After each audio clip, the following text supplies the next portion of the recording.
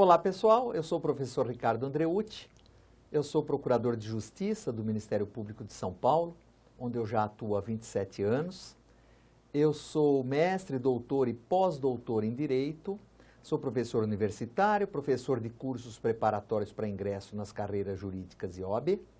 Tenho algumas obras publicadas pela editora Saraiva e tenho a alegria de estar aqui hoje para este Aprendi Mais Essa. Não é? Iniciativa muito interessante, porque nós vamos trabalhar hoje com um tema tormentoso, um tema que eu vou precisar, para que você aprenda mais essa, vou precisar te explicar algumas coisinhas muito importantes. O tema, só para você não ficar na curiosidade, é a emendatio libelli no recebimento da denúncia.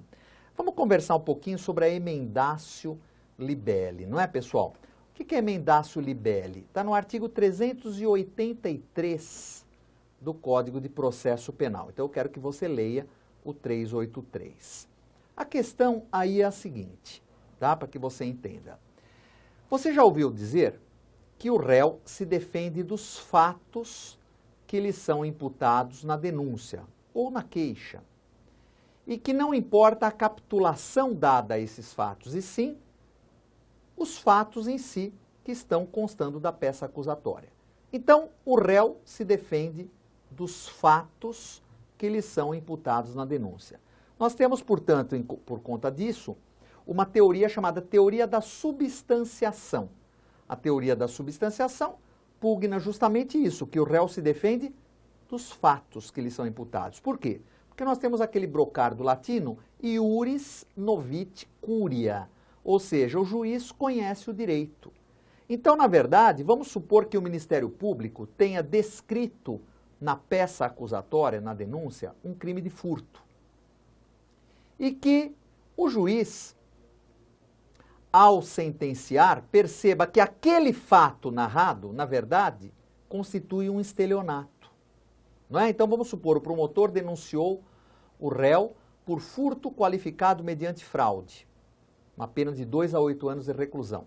E o juiz, na hora de prolatar a sentença, ele entenda que aqueles fatos narrados na denúncia não constituem o crime de furto qualificado mediante fraude, e sim um estelionato.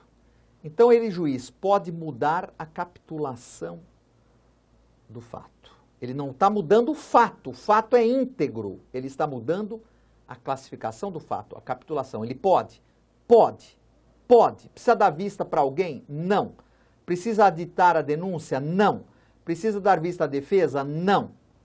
Ele, juiz, pode dar ao fato nova classificação jurídica, ainda que tenha que aplicar pena mais grave. É isso que diz o artigo 383. Vamos dar uma espiada ou não? Vamos lá, pegue o seu que eu pego o meu. Então, vamos lá, pessoal. Vejam o que diz o artigo 383 do Código de Processo Penal. Então, pegue lá, 383. O 383 diz assim, o juiz, né, 383, deixa eu pegar o meu aqui, 383.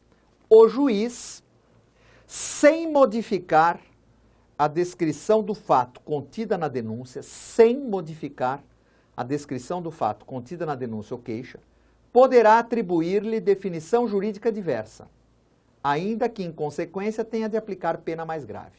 Maravilha. Então, o juiz pode dar ao fato uma definição jurídica diversa, ainda que tenha que aplicar pena mais grave. Maravilha, é isso mesmo.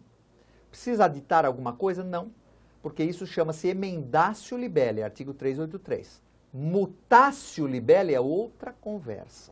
Está lá no artigo 384. Agora, o grande problema, então, por que eu inseri vocês nesse assunto? Porque aí vem o tema do nosso Aprendi Mais Essa.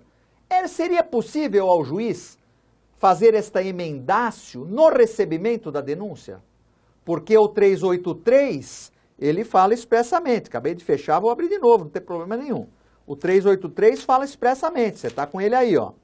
O juiz, sem modificar a descrição do fato contido na denúncia ou queixa, poderá atribuir-lhe definição jurídica diversa. Quando? Quando for sentenciar. Então, caberia emendatio libelli no recebimento da denúncia? Não. Por quê? Porque é assim que nós temos a jurisprudência se orientando. O 394 fala que o procedimento pode ser comum ou especial, então tanto faz procedimento comum ou especial.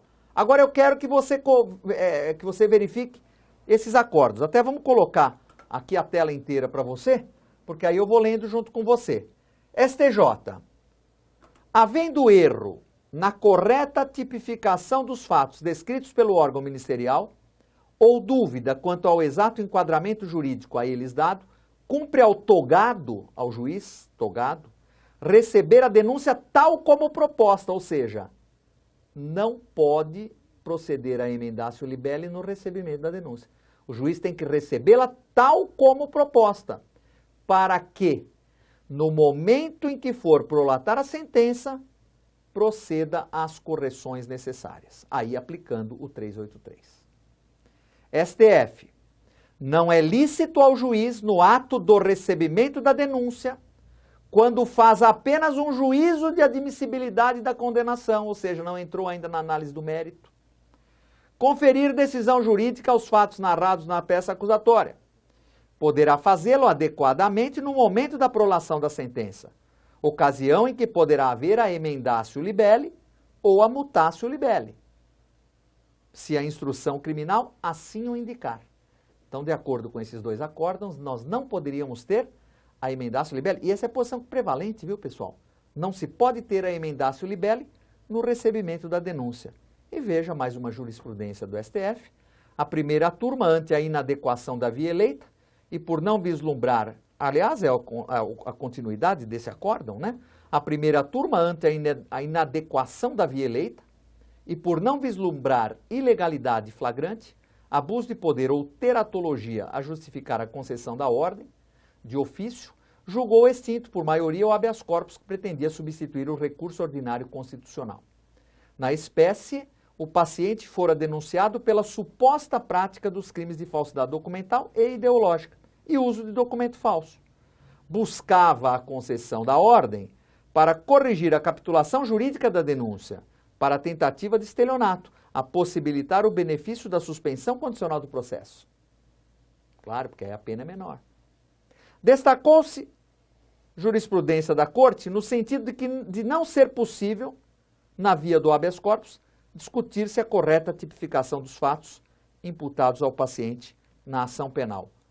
Prosseguindo ainda no acórdão. Ponderou-se ainda não ser lícito ao magistrado, quando do recebimento da denúncia, em mero juízo de admissibilidade da acusação, conferir definição jurídica aos fatos narrados na peça acusatória.